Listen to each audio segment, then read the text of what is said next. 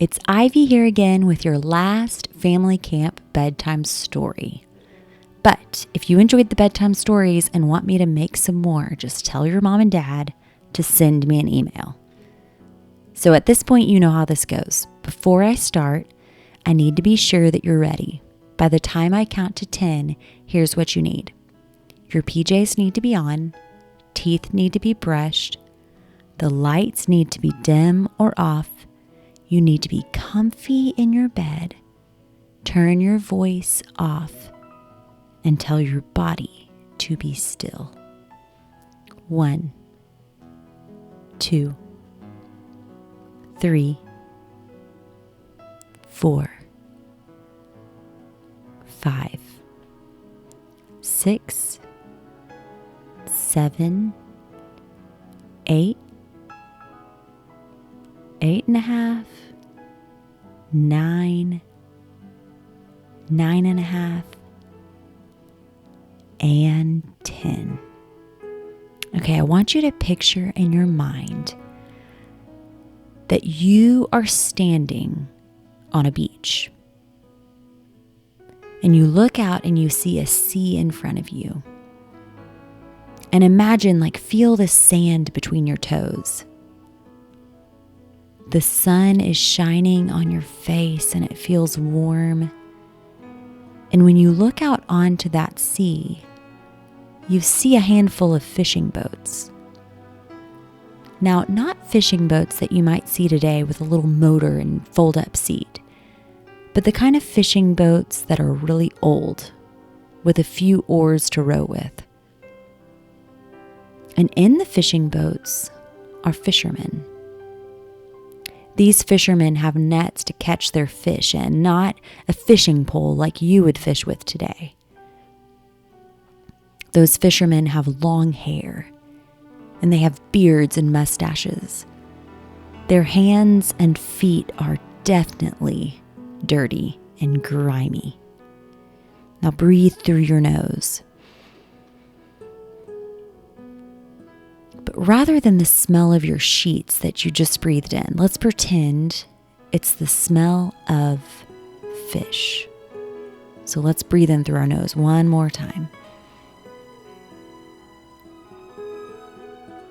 Okay, now these fishermen that are in your mind, they've been out on the water since before the sunrise, because catching fish is the way that these guys make money.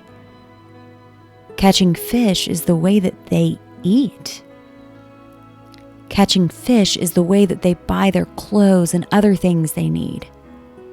They've probably been learning how to fish and fishing since they were little boys, around your age. And their dads probably taught them how to fish. Fishing is what they know how to do. Fishing is what they're comfortable with. Now, with that picture in your mind, here's where our story starts. Walking along the beach of Lake Galilee, Jesus saw two brothers, Simon, later called Peter, and Andrew.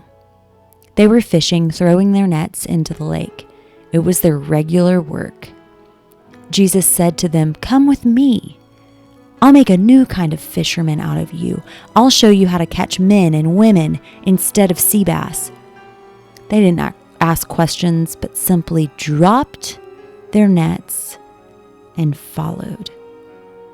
A short distance down the beach, they came upon another pair of brothers, James and John, Zebedee's sons. These two were sitting in a boat with their father, Zebedee, mending their fish nets. Jesus made the same offer to them, and they were just as quick to follow, abandoning their boat and their father. I want you to picture yourself as the fisherman. And if Jesus called out to you and said, "Hey, leave that and follow me," would you have any questions for Jesus before you started following him?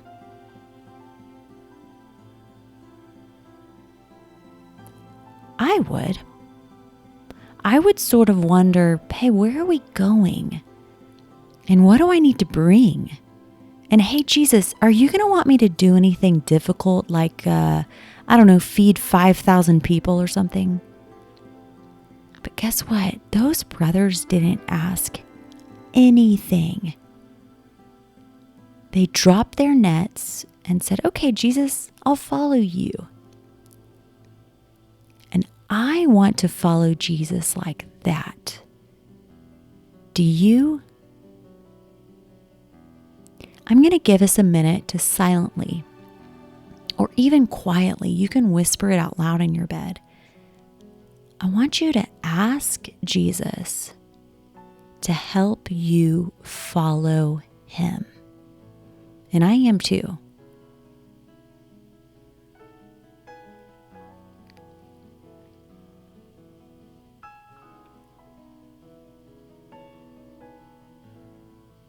Picture yourself as the fisherman again.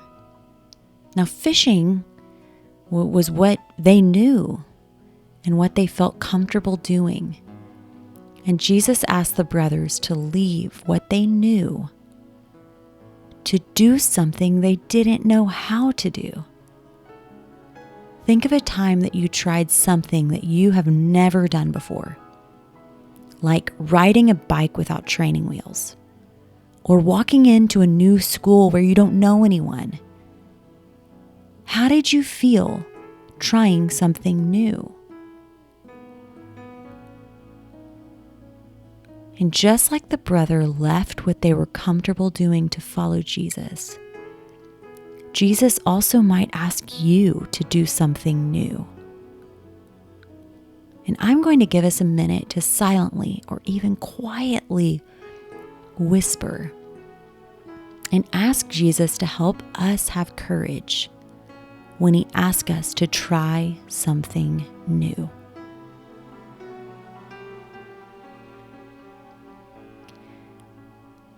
Not too long ago, my husband Drew, my son Warren, and I went on a bike ride. And I knew the path we were going to take because I had already been on it.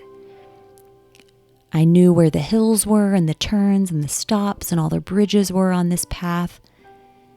And I knew this path was beautiful.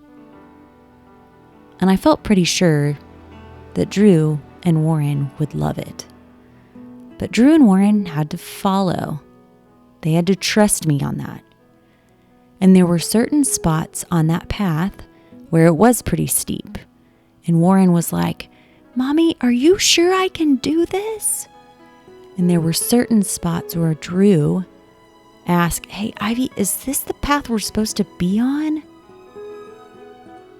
And I said, "Yes, y'all, just keep following me."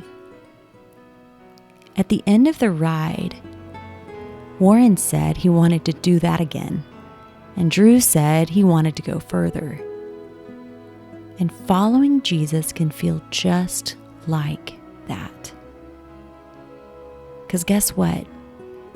Jesus knows our path, and he gives us everything we need to get through the hard parts and enjoy the journey. All we have to do is follow him. God, help my friend have the courage to follow you. Help them to say yes and trust you. Help them to know that following you really is the best thing ever. Thank you for this weekend, and thank you for the things that you've taught us. And give my friend the sweetest dreams tonight.